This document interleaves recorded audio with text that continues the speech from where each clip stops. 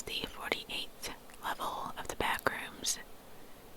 It is a primeval, old-growth forest that is highly resistant to both entropy and man-made alterations. Level 47 is a temperate forest consisting of both deciduous and coniferous trees. Many of these trees exceed 100 feet in height and appear to be hundreds to thousands of years old. Thick green moss and lichens cover most surfaces suitable for their growth. During daylight hours, the forest is uniformly covered in a thick, damp fog, and no direct sunlight has ever been observed. That's unfortunate. Each night, however, the fog will disperse without fail to reveal a full moon. This moon appears visually identical to the moon from the front rooms, albeit several times closer, and with the far side facing towards level 47. Stars in the Milky Way are visible as well, but do not match any constellations visible from the front rooms.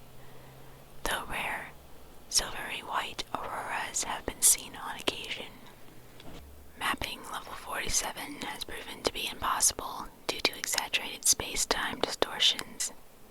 In addition to the non-linear/non-Euclidean topology that is a common occurrence throughout the Backrooms, any part of the forest not under direct observation seems to be in a state of superposition between all possible states and does not exist in any fixed state or location unless seen. Due to the relatively homogeneous nature of the forest, these changes are typically subtle and not immediately noticeable. The effect is often extremely unsettling to new wanderers who will frequently doubt their own thoughts before doubting the stability of their external reality.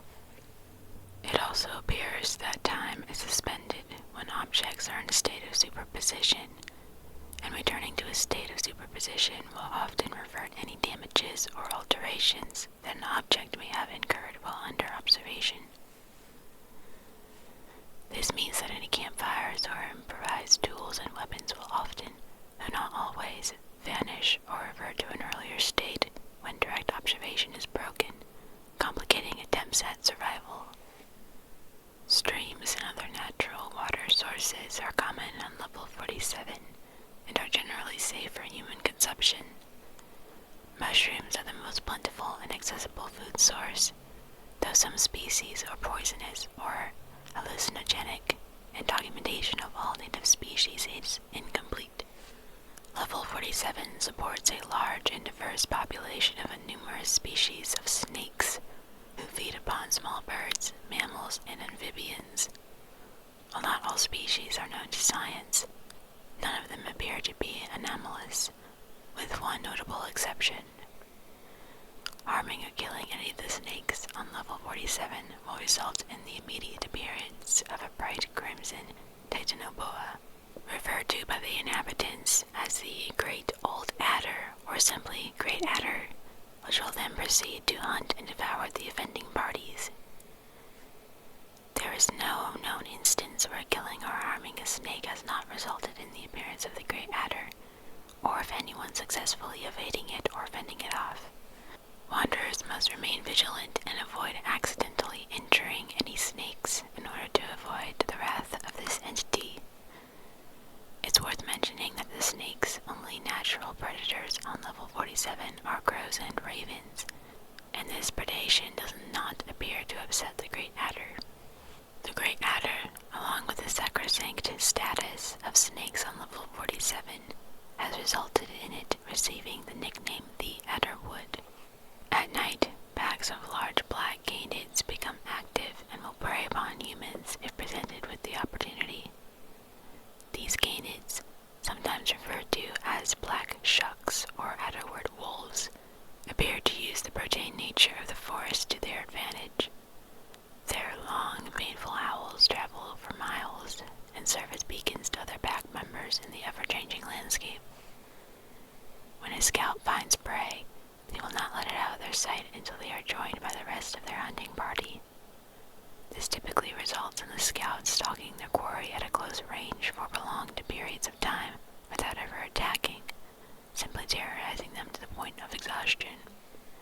The 𝓻𝚎𝚟𝚎𝚕 themselves also appear to be able to translocate short distances when unobserved by their prey, albeit in a far more controlled manner than the indigenous flora. Wanderers that find themselves pursued by the black 𝓻𝚎𝚟𝚎𝚕 should climb the highest tree available. Waiting for the dawn is the best survival tactic, as the 𝓻𝚎𝚟𝚎𝚕 have never been encountered during the day and always appear to return to their dens before daylight. For this reason, it is also advisable to sleep in trees whenever possible and avoid drawing attention to yourself at night. Aside from wanderers, the 𝓻𝚎𝚟𝚎𝚕's primary prey appears to be a subspecies of Irish elk, endemic to level 47. Bucks and does with young can be highly aggressive. If encountered, break bi-directional line of sight immediately to evade an attack. Note that this tactic is ineffective when trying to evade the black 𝓻𝚎𝚟𝚎𝚕. Wanderers should not attempt to hunt these elk unless they have the firepower to take them down in one shot, as they can be extremely dangerous when threatened or enraged. I don't think I'll be going after those anyway. Some wanderers have encountered a single serpentine trail running through the forest. The trail, though still nonlinear or non-Euclidean, does not exist in a state of superposition and will not vanish once spotted. Those who find this trail naturally follow it in the hopes that it will lead to a way out or some point of interest. Some follow it for days until they are forced to abandon it to find water and can never get anywhere. Others have claimed that the trail ended at a glade before following it for as little as 7 miles. This glade contains either a large manor house or an ancient megalith. The two appear to exist simultaneously in a state of superposition. In either case, the glade appears to be the headquarters of a group that refers to itself as the Ophian Occult Order. Little is known about this order, as they are typically hostile towards any wanderers who come across their secret glade. They have no interest in providing any assistance, and generally regard wanderers as trespassers. It is, however, known that they hold the great old adder in great reverence, believing it to be a 𝓻𝚎𝚟 or avatar or emanation of a divine world snake, which they worship as a source for the occult knowledge and power. Members of this order have also been spotted along the trail or in the forest itself, typically clad in hooded crimson garb and ivory masks. Though normally indifferent to wanderers, encounters have varied from abduction to proselytization. During the latter event, they will often boast about the arcane secrets and miraculous powers their order possesses, including the ability to travel the backrooms at will. While no doubt grossly exaggerated, they are evidently much more confident at navigating the forest than ordinary wanderers, have demonstrated an ability to summon and to some extent command the Great Adder, and the black 𝓻𝚎𝚟𝚎𝚕 have been witnessed fleeing from even a lone member of the order. Wanderers are advised to avoid interacting with members of this group as much as possible.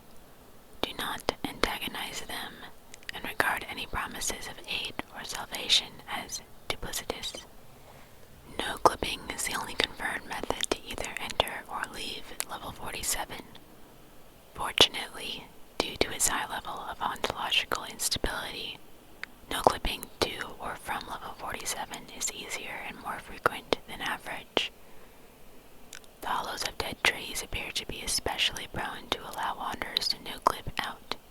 Members of the Ophian Occult Order have demonstrated an ability to direct the trail, and they claim that it's possible to steer or summon it towards specific no-clip points.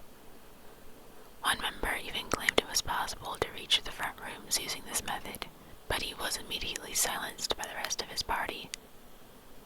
The wanderer who was speaking with them suspected this was a deliberate stunt in order to get his hopes up and his guard down. To date, the usefulness of the trail in leaving level 47 remains unconfirmed. If it weren't for the dire wolf type